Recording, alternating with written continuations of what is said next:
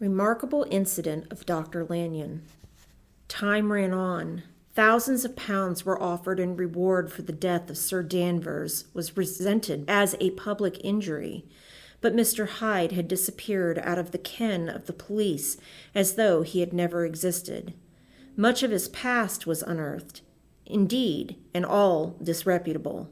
Tales came out of the man's cruelty, at once so callous and violent, of his vile life, of his strange associates, of the hatred that seemed to have surrounded his career, but of his present whereabouts, not a whisper. From the time he had left the house in Soho on the morning of the murder, he was simply blotted out. And gradually, as time drew on, Mr. Utterson began to recover from the hotness of his alarm, and to grow more quiet within himself. The death of Sir Danvers was, to his way of thinking, more than paid for by the disappearance of Mr. Hyde. Now that the evil influence had been withdrawn, a new life began for Dr. Jekyll. He came out of his seclusion, renewed relations with his friends, became once more their familiar guest and entertainer, and whilst he had always been known for charities, he was now no less distinguished for his religion. He was busy. He was much in the open air. He did good. His face seemed to open and brighten, as if with an inward consciousness of service, and for more than 2 months the doctor was at peace. On the 8th of January, Utterson had dined at the doctor's with a small party. Lanyon had been there, and the face of the host had looked from one to the other as in the old days when the trio were inseparable friends. On the 12th and again on the 14th, the door was shut against the lawyer. The doctor was confined to the house, Poole said, and saw no one. On the 15th he tried again and was again refused. And having now been used for the last 2 months to seeing his friend almost daily, he found this return of solitude to weigh upon his spirits.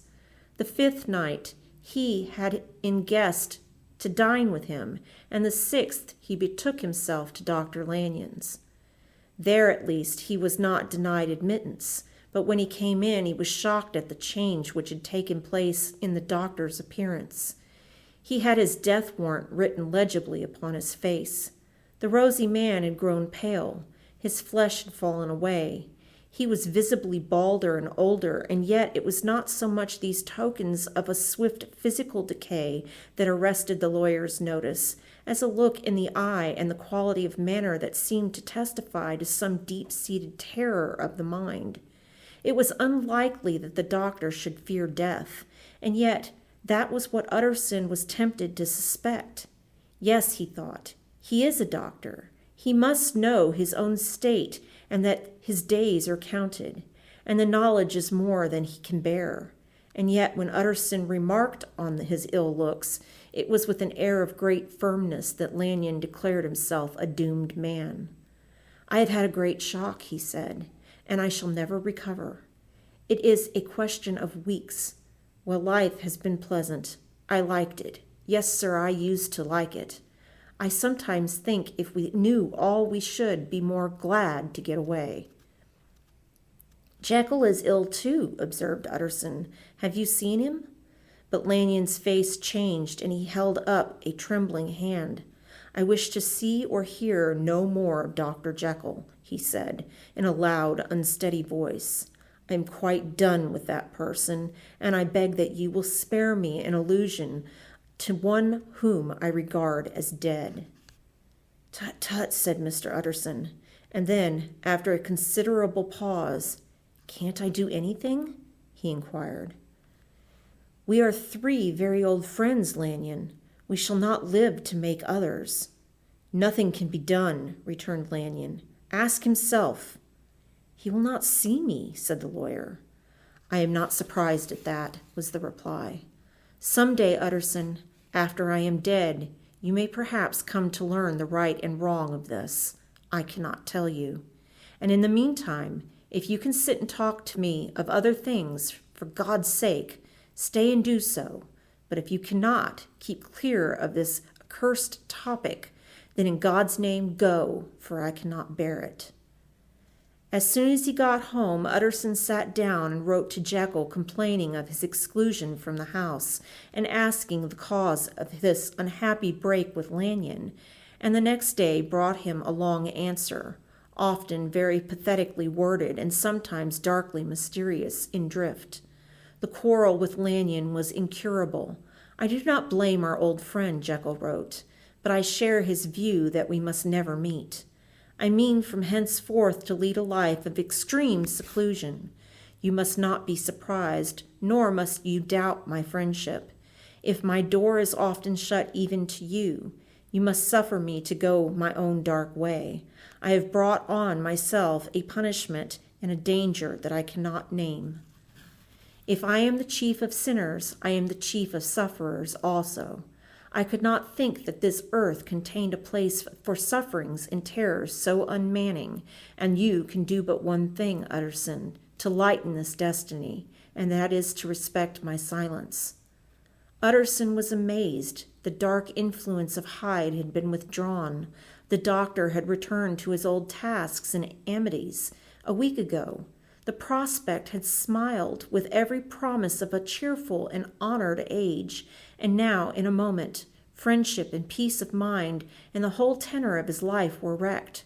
So great and unprepared a change pointed to madness, but in view of Lanyon's manner and words, there must lie for it some deeper ground. A week afterwards, Dr. Lanyon took to his bed, and in something less than a fortnight he was dead. The night after the funeral at which he had been sadly affected, Utterson locked the door of his business room, and sitting there by the light of a melancholy candle, drew out and set before him an envelope addressed by the hand and sealed with the seal of his dead friend, private, for the hands of J.G. Utterson alone, and in case of his predecease to be destroyed unread. So it was emphatically subscribed, and the lawyer dreaded to behold the contents. I have buried one friend today, he thought. What if this should cost me another? And then he condemned the fear as a disloyalty and broke the seal. Within, there was another enclosure, likewise sealed, and marked upon the cover as not to be opened till the death or disappearance of Dr. Henry Jekyll. Utterson could not trust his eyes. Yes, it was disappearance, here again, as in the mad will, which he had long ago restored to its author.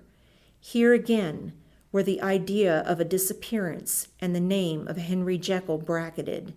But in the will, the idea had sprung from the sinister suggestion of the man Hyde. It was set there with a purpose all too plain and horrible, written by the hand of Lanyon. What should it mean? A great curiosity came to the trustee to disregard the prohibition and dive at once to the bottom of these mysteries, but professional honor and faith to his dead friend were stringent obligations, and the packet slept in the innermost corner of his private safe. It is one thing to mortify curiosity, another to conquer it, and it may be doubted if, from that day forth, Utterson desired the society of his surviving friend with the same eagerness. He thought of him kindly, but his thoughts were disquieted and fearful. He went to call indeed, but he was perhaps relieved to be denied admittance. Perhaps in his heart he preferred to speak with Poole upon the doorstep and surrounded by the air and sounds of the open city, rather than to be admitted into the house of voluntary bondage and to sit and speak with its inscrutable recluse. Poole had, indeed, no very pleasant news to communicate. The doctor, it appeared, now more than ever confined himself to the cabinet over the laboratory where he would sometimes even sleep. He was out of spirits. He had grown very silent. He did not read. It seemed as if he had something on his mind. Utterson became so used to the unvarying character of these reports that he fell off little by little in the frequency of his visits.